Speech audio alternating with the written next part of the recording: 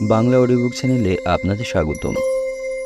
এখন আপনারা শুনবেন সত্যজিৎ রায়ের লেখা গল্প নিতাই ও মহাপুরুষ।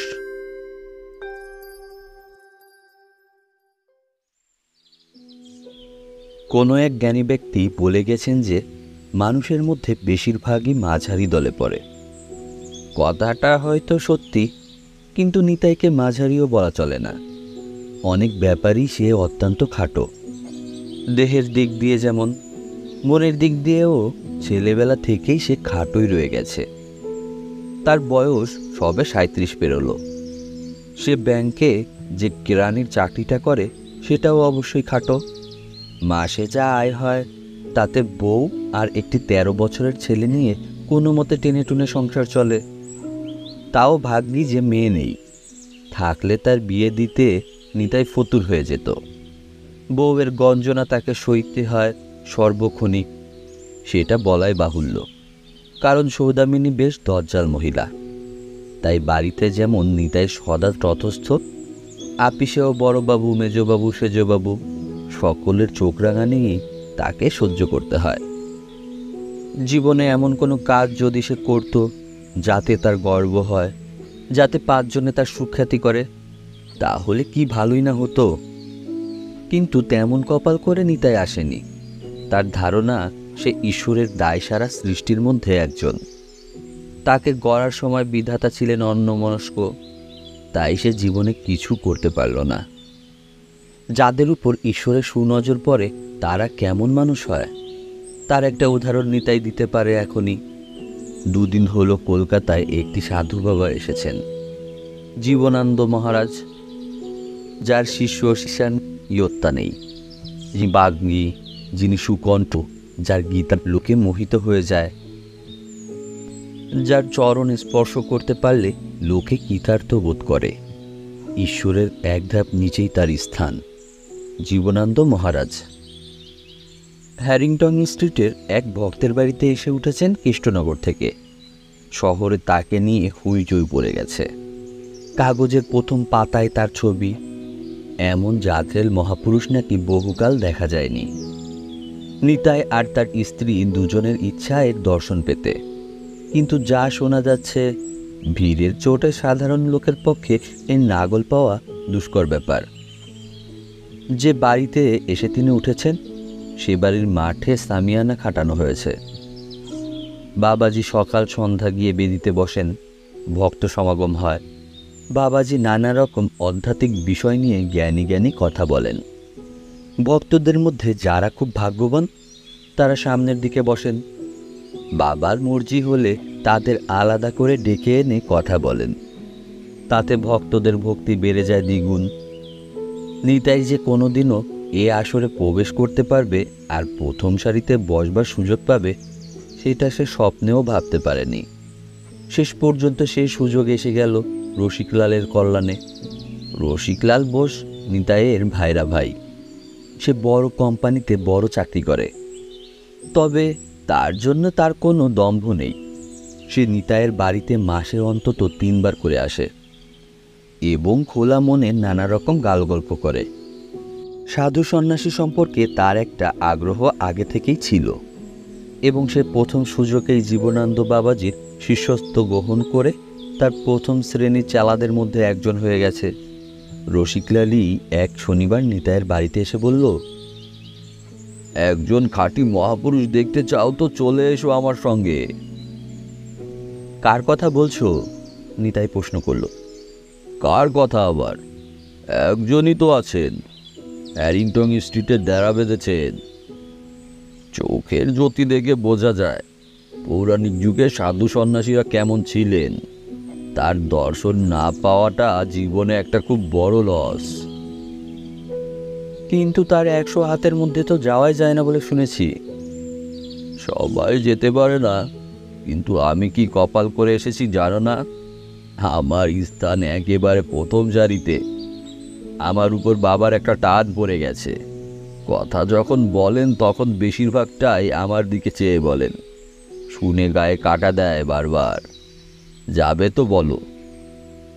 সে আর বলতে, এমন সুযোগ আসবে সে তো ভাবতেই পারিনি। হিমালয়ে 25 বছর তপস্যা করেছেন, গঙ্গোত্রীর ধারে। দেখলে আর বলে দিতে হয় না যে ইনি একজন খাঁটি সিদ্ধ পুরুষ। দিন ঠিক হয়ে গেল। আগামী মঙ্গলবার সন্ধ্যা 6:30টায় রসিকলাল আসবে নিতাই আর তার স্ত্রীকে নিয়ে যেতে। সামনে বসতে পারবো তো? রসিকলালের কথায় যেন পুরোপুরি ভরসা হচ্ছিল না নিতাইয়ের।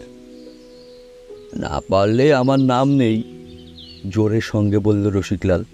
ভালো কথা, একটু আতর মেখে যেও, বাবাজি আতরের খুব ভক্ত। আশ্বিন মাস, তাই 6টা থেকেই অন্ধকার হয়ে গেছে। হ্যারিংটন স্ট্রিটে ব্যারিস্টার জ্যোতিষ সেনগুপ্তের বাড়ির মাঠে শামিয়ানার নিচে ফ্লুরোসেন্ট লাইটের ব্যবস্থা, তাই বাবাকে দেখতে কারোর অসুবিধা হয় না। সুবেশী নারী পুরুষের ভিড় দেখে প্রথমে নিতাই হকচকিয়ে গিয়েছিল, কিন্তু রসিকলাল তাদের শটান নিয়ে গেল একেবারে সামনে সারিতে। রসিকলাল পৌঁছিয়েই প্রথমে সাড়ম্বরে বাবাজির পদধূলি নিল, আর তার দেখা দেখি নিতাই আর তার স্ত্রীকেও নিতে হলো। তারপর মাটিতে বসে নিতাই প্রথম বাবাজির দিকে ভালো করে চাইল। সৌম্য চেহারা, তাতে সন্দেহ নেই। আবক্ষ দাড়ি, মাথায় কাঁচা পাকা মিশানো ঢেউ খেলানো চুল কাঁধ অবধি নেমে এসেছে। পরনে গেরুয়া সিল্কের আলখাল্লা, গলায় 3টে বড় বড় রুদ্রাক্ষের মালা। বাবার দুপাশে বেলফুলের মালা স্তূপ করে রাখা হয়েছে। বোঝাই যায় সুগন্ধের জন্য ভক্তরা সেগুলো বাবাকে দিয়েছেন। নিতাই নিজে কোনো গন্ধদ্রব্য ব্যবহার করেনি, কারণ ও জিনিস তার বাড়িতেই নেই। কিন্তু আতর ও অন্যান্য সেন্টের গন্ধ সে চারিদিক থেকেই পাচ্ছে। তার সঙ্গে যোগ হয়েছে ধূপের গন্ধ। সব মিলিয়ে বেশ একটা নেশা ধরানো ভাব। বাবা এতক্ষণ চুপ করেছিলেন, এবার মুখ খুলে গীতার একটি শ্লোক আওড়িয়ে তার ব্যাখ্যা শুরু করলেন। নিতাইয়ের দৃষ্টি সম্পূর্ণ বাবার উপর নিবদ্ধ। তার একটা কারণ আছে, একটা নয়, দুটো। এক হলো বাবার চোখ, তিনি হলেন যাকে বলে লক্ষ্মী টেরা। আর 2 হলো বাবার বাগানে চোখের নিচে একটা বেশ বড় আঁচিল। এই 2 মিলে নিতাইকে হঠাৎ যেন কেমন অন্যমনস্ক করে দিল। ওই আঁচিল আর ওই লক্ষ্মী টেরা চোখ।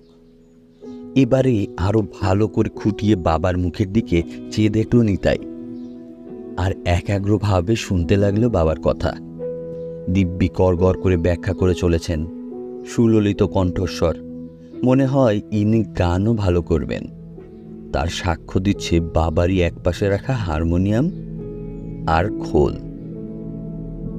হঠাৎ একটা কথায় বাবা যেন একটু তোতলে গেলেন।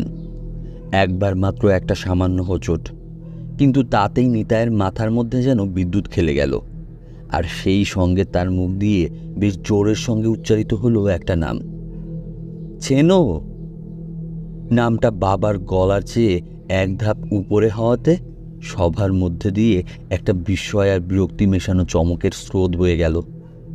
এই বেয়াদব বেআক্কেল বেল্লকটি কে, যে বাবার ব্যাখ্যার সময় এভাবে চেঁচিয়ে ওঠে? রসিকলালও অবশ্যই আর সকলের মতোই হতভম্ব। ভাইরা ভাইয়ের মাথা খারাপ হয়ে গেল নাকি? চেনো? চেনো আবার কি? কথাটা বলেই অবশ্যই নিতাই একদম চুপ মেরে গেছে। আর সেই সঙ্গে মুহূর্তের জন্য বাবাজির মুখ বন্ধ হয়ে তার দৃষ্টি চলে গেছে এই অর্বাচীন অপরাধীটির দিকে। এরপরে যে ঘটনাটা ঘটল তার জন্য নিতান্তই প্রস্তুত ছিল না, যদিও থাকা উচিত ছিল। বাবাজির 2 পাশে বসা তার 2 প্রধান চেলা উঠে এসে নিতাইকে বললেন, আপনাকে বাইরে যেতে হবে, বাবাজির হুকুম। উনি ব্যাঘাত বরদাস্ত করেন না। নিতাই সস্ত্রীক উঠে পড়ল, আর সেই সঙ্গে রসিকলালকেও উঠতে হলো। গেটের বাইরে এসে রসিকলাল নিতাইকে বলল, কি ব্যাপার বলো তো, তোমার কি ভীমরতি ধরল নাকি? এত সুযোগ দিলাম, তারপর এই রকম একটা কেলেঙ্কারি করে বসলে। নিতাই বলল, কিন্তু ও যে সত্যি চেনো, ওর ভালো নাম শ্রীনাথ। ও কটোয়াতে আমাদের স্কুলে আমার সঙ্গে 1 ক্লাসে পড়তো। সব কথা রাস্তায় দাঁড়িয়ে বলা গেল না। রসিকলাল নিতাইয়ের সঙ্গে নীলমণি আচার্য লেনে তাদের বাড়িতে আবার ফিরে এলো। সেখানে তত্ত্বপেশে বসে নিতাই পুরো ঘটনাটা বলল। ওই শ্রীনাথ ওরফে ছেনো স্কুলের নামকরা শয়তান ছেলে। 3 বার পর পর প্রমোশন না পেয়ে অবশেষে নিতাইয়ের সহপাঠী হয়। সেও লক্ষ্মীটেরা, তারও ছিল বা চোখের নীল আঁচিল। সেও কথা বলার সময় হঠাৎ হঠাৎ তোতলে যেত। তবে তার চেহারাটা ছিল ভালো, ভালো গান গাইতো আর ভালো অ্যাক্টিং করতে পারত। এই শেষের 2 গুণের জন্য সে স্কুলে টিকেছিল, নইলে তাকে অনেক দিন আগেই রাস্টিকেট করা হতো। সেই চেনই আজ হয়ে গেছে জীবনানন্দ বাবাজি, যার শিষ্য সংখ্যাতীত, যার তত্ত্বকথা শোনার জন্য লোকে ঘন্টার পর ঘন্টা বসে থাকে, যার দর্শন পেলে লোকের জন্ম সার্থক হয়ে যায়। রসিকলাল সব শুনে বলল, তোমার ছেনো স্কুলে যাই করে থাকুক না কেন, সব মানুষের জীবনেই পরিবর্তন আসতে পারে। আজ যে সে সিদ্ধ পুরুষ তাতে কোনো ডাউট নেই। কাজেই তুমি তোমার ছেলেবেলার কথা ভুলে যাও। কালই চলো বাবার কাছে ক্ষমা চাইবে। বাবার দয়া অশেষ, তিনি তোমাকে নিশ্চয়ই ক্ষমা করবেন। নিতাইয়ের মন কিন্তু অন্য কথা বলছে। আজ এতদিন পরে তার মনে পড়ে গেছে স্কুলের কথা। ছেনো তাকে ভালো মানুষ পেয়ে নানা রকমভাবে অপদস্থ করত। কত রকমভাবে যে সে নাজেহাল হয়েছে ওই ছেনোর হাতে, সেটা কি সে ভুলতে পারে? স্কুলে কোনোদিন তার সঙ্গে পেরে ওঠেনি নিতাই, কারণ ছেনো ছিল অত্যন্ত ধূর্ত। আর সেই ছেনো আজ... নিতাই আর ভাবতে পারল না। আজকে আসরে ছেনো বলে চেঁচিয়ে ওঠাটা অন্যায় হয়েছে ঠিকই, কিন্তু নিতাইয়ের পক্ষে নিজেকে সামলানো সম্ভব ছিল না। সব অবস্থায় সামলে চলা মানুষের পক্ষে সম্ভব নয়। আজকের অবস্থাটা ছিল সেই রকম একটা অবস্থা। ছেনোর কাছে নিতাই ক্ষমা চাইবে কি করে, সেটা সম্ভব নয়। পরদিন ছিল বুধবার। নিতাইয়ের অফিস 10টায়। সে বাড়ি থেকে বেরোলো 9:30টায়। সকাল 7টায় চা খেয়ে সবে সে কাগজটা খুলেছে, এমন সময় দরজায় টোকা পড়ল। রাস্তার উপরেই ঘর। দরজা খুলে নিতাই দেখল একটি চশমা পরা ভদ্রলোক দাঁড়িয়ে আছে। বেশ স্মার্ট চেহারা, বয়স বেশি নয়। আপনি? প্রশ্ন করল নিতাই। আমি দৈনিক বার্তা কাগজ থেকে এসেছি, বললেন ভদ্রলোক। আমার নাম দেবাশিস সান্যাল, আমি একজন সাংবাদিক। গতকাল সন্ধ্যায় জীবনানন্দ বাবার আসরে আমি উপস্থিত ছিলাম। কালকের পুরো ঘটনাটা আমি দেখি। তারপর আপনাদের ধাওয়া করে এসে আমি আপনাদের বাড়িটা দেখে যাই। কিন্তু আজ আসার কারণটা?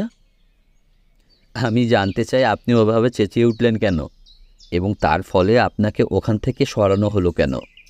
আপনি যা বলবেন সেটা আমি রেকর্ড করে নেব। আমাদের ইচ্ছা এই নিয়ে একটা খবর বার করা। নিতাই অনুভব করল যে সে হঠাৎ সাংঘাতিক ক্ষমতার অধিকারী হয়ে পড়েছে। তার মতো নগণ্য ব্যক্তির পক্ষে এটা একটা আশ্চর্য ঘটনা। সে এই সাংবাদিককে আসল ঘটনা সব খুলে বলে দিয়ে জীবনানন্দ বাবাজির মুখোশ খুলে দিতে পারে, সেই সঙ্গে তার ভক্তদের মধ্যে তুমুল আলোড়নের সৃষ্টি করতে পারে। এটাই কি তার কর্তব্য, এই ভণ্ড সাধুর মুখোশ খুলে দেওয়া, সেই স্কুলের ছেলের বাদরামির কথা প্রকাশ করে? কিন্তু পরক্ষণেই নিতাই বুঝতে পারল যে যে করেই হোক সেনও আজ জীবনে প্রতিষ্ঠা লাভ করেছে। তাই বলে তাকে হিংসা করেই নিতাই সব ব্যাপারটা ফাঁস করে দিতে চাইছে। শুধু তাই না, ছেনোর হাতে যে নিতাই বারবার নাজেহাল হয়েছিল সেটা নিতাই আজ অবধি ভুলতে পারেনি। তাই এখানে একটা প্রতিহিংসার প্রশ্নও আসছে। নিতাই বুঝল যে এ কাজটার মধ্যে খুব একটা বাহাদুরির ব্যাপার নেই। নিজে আধ পেটা খাচ্ছে বলে পরের ভাত মারার ব্যাপারটা কীরকম প্রবৃত্তি। সে নিজে সৎ থেকেছে ঠিকই, কিন্তু বয়সের সঙ্গে যে চেনোর মধ্যে একটা আমূল পরিবর্তন আসেনি সেটা জোর দিয়ে কে বলবে? মানুষের মন কখন কোন দিকে কিভাবে চলে সেটা বোঝা বড় শক্ত। চেনোর যদি সত্যিই সংস্কার হয়ে থাকে। সাংবাদিক উদ্গ্রীব হয়ে চেয়ে আছেন নিতাইয়ের দিকে। নিতাই বলল, কালকের ঘটনাটি সম্পর্কে আমি কিছুই বলতে চাই না। এটা কাগজে ছাপানোর উপযুক্ত খবর নয়। আপনি কিছুই বলবেন না? হতাশার সুরে প্রশ্ন করলেন সাংবাদিক। আজ্ঞে না, কিছুই না। বলাই বাহুল্য, পরের দিন দৈনিক বার্তা কাগজে এই বিষয়ে কিছুই বেরোলো না। কিন্তু একটা আশ্চর্য ব্যাপার এই যে জীবনানন্দ বাবাজি কলকাতায় এসেছিলেন 15 দিনের জন্য, কিন্তু হঠাৎ এই ঘটনার পরদিনই অর্থাৎ 7 দিনের মাথায় তার ভক্তদের কাছে ঘোষণা করলেন যে একটা জরুরি টেলিগ্রাম পেয়ে তাকে পাটনা চলে যেতে হচ্ছে। এই ঘটনার পর 2 বছর কেটে গেছে। বাবাজি কিন্তু আর কলকাতামুখ হননি।